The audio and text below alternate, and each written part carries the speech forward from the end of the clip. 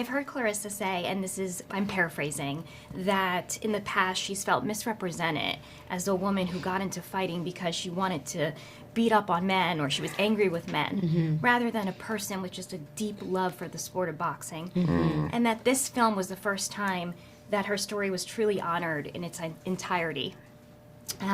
Ryan, how did the intense and grueling physical training kind of serve as almost a conduit to connect with her emotionally and just beautifully represent like the dimensionality of her strength in and out of the ring? Yeah. Oh, man. I think it was really, really important for me to, I guess, have that sort of training physically, because it did really transform me mentally too, without realizing, even with the boxing coach that I had and our relationship and how that was very reflective of the relationship with Jason and Clarissa.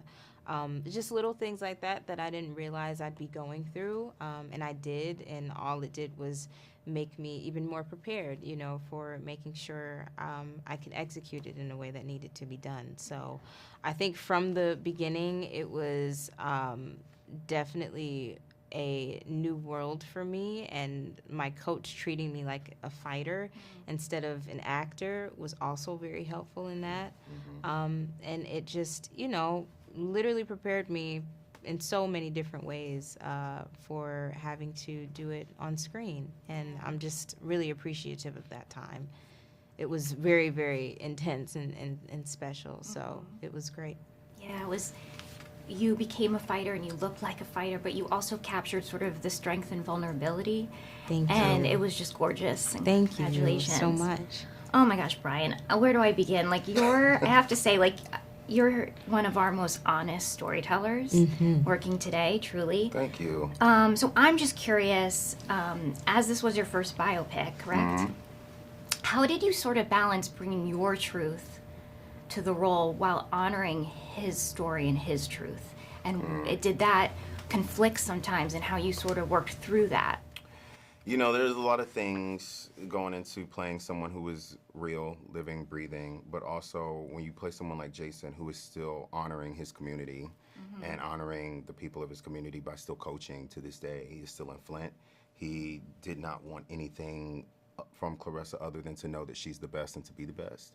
It was never about financial gain. It was never about him getting notoriety. It was him realizing that he had one of the best fighters in the world, and it was this young black girl. And so what I love about both of them and their story is how they changed each other's minds, right?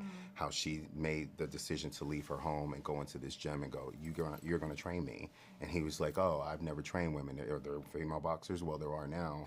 And I just think about those kind of men being portrayed. We don't really get portrayals of men like Jason. We don't really talk about men like Jason.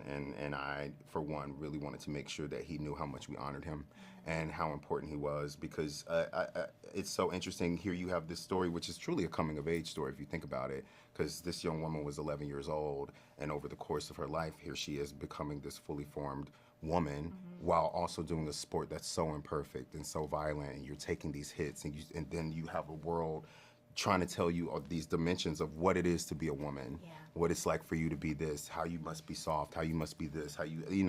And what I love is that she still had this one man in her life who really cared for her, who really nurtured that spirit in her and told her she could be anything she wanted to be as long as she was the best.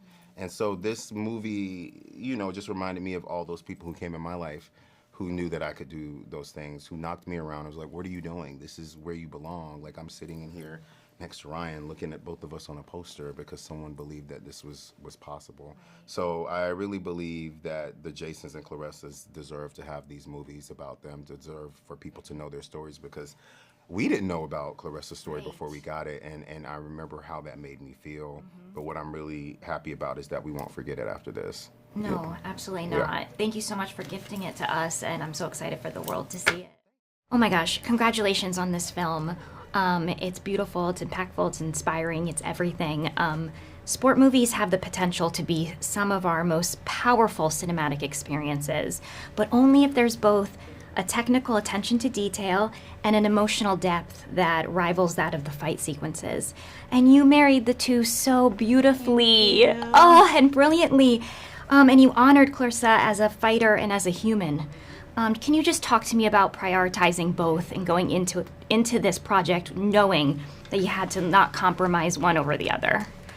I mean, I think that's sort of, it's everything, as you said, is like to really, for a fight to be dynamic, you have to invest in the fighter. And so to be able to kind of move back and forth between the drama, they really amplify each other. I think the boxing scenes are dynamic because you care about Clarissa. And ultimately, you know, her resilience isn't just what she did inside the ring, but it's what she did outside of it. And what excited me about this project was that you really got to move between both spaces. And, you know, you have the vulnerability of a like 16, 17-year-old high school girl who is a force in the ring.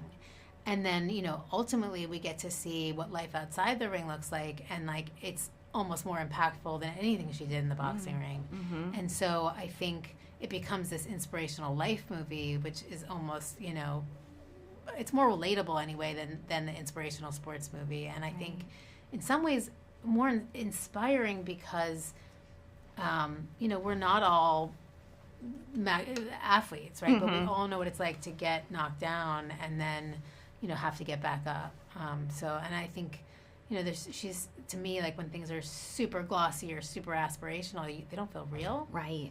So to be able to really kind of breathe humanity and authenticity into it is like why you come out like pumping your fist and feeling like if she can do it, you know, we can too.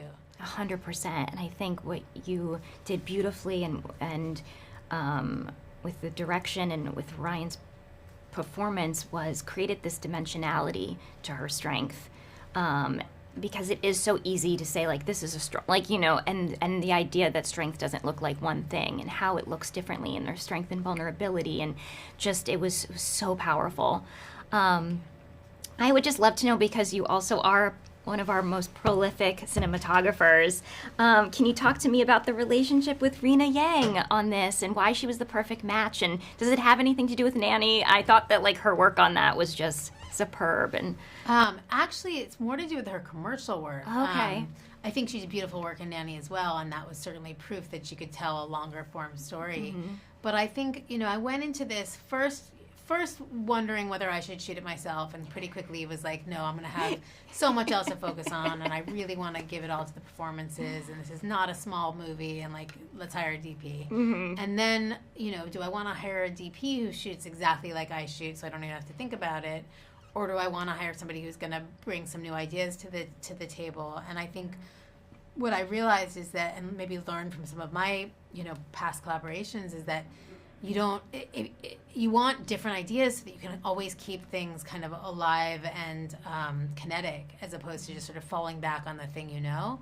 And Rena's work in the commercial space is always, you know, really elevated, and I think trying to also toe this line between grounded and, you know, gritty or real, but also heightened and larger than life, you know, in such a way that hopefully the film could be a Christmas Day wide release. And so letting Rena bring some more stylized lighting sometimes and allow for some of that spectacle, I thought would be really advantageous. Yeah, absolutely. Well, congratulations. I'm so excited to see where your directing career goes from here, and I'm just so excited. It's lovely to see. So thank you so much. Congratulations.